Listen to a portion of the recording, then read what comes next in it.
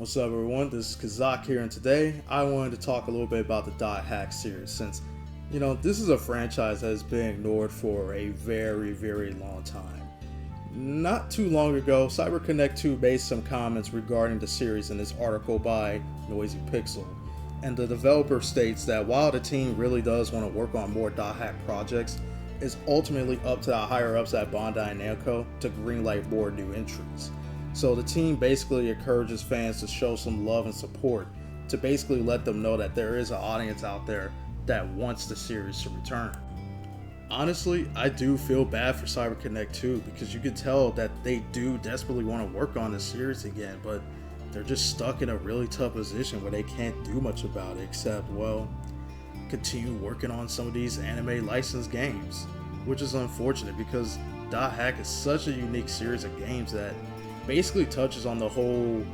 MMO world concept before other stuff like Sora Online made it popular. I've always kind of heard of the series before, but I didn't actually get into it until I played Dot Hack GU Last Recode, which had all the original 3 games in there, and it had the 4th volume that tied up the loose ends of the GU storyline. That remaster got me interested, and once I played it, man, I fell in love with it. I loved going through this crazy journey with learning about the new version of the online game called The World and seeing Haseo going from this guy who was this power-hungry, jaded D-bag to being somebody who genuinely sees value and connected with others and appreciating the literal world around him. G was such a fun experience to me because of its engaging storyline and fun characters. Heck, I could even relate to what the main character Haseo was going through because I've had similar struggles like that in the past. So, playing Last Recode motivated me to play the original Dot Hack IMMO Q games, and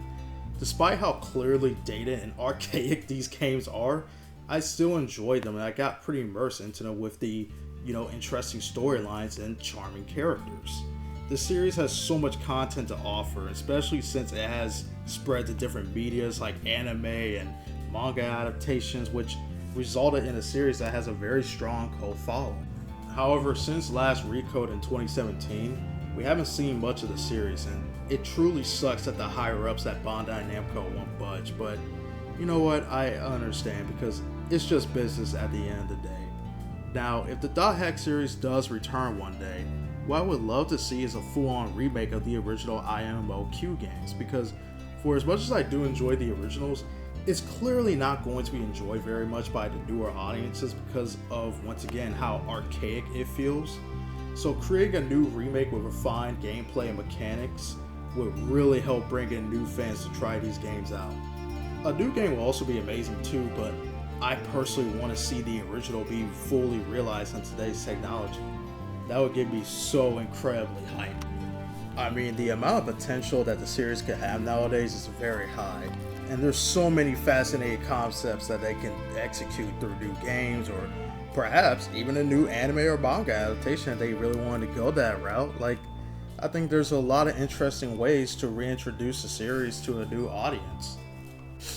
Honestly, it's baffling how they'll continue to put out these Sora Online games, but they literally have their own series that basically touches on similar concepts, and it's far more entertaining than what these boring generic SAO games could offer. No offense. Although, I get it, the series is a more popular franchise, so naturally it's going to get a bunch of games and stuff, but if they're willing to take chances on that, then I believe Dot Hack should have a fair shot at getting new entries. I even know some people who enjoyed SAO, and they would later get into the Dot Hack game, so it's not like this would be impossible to do.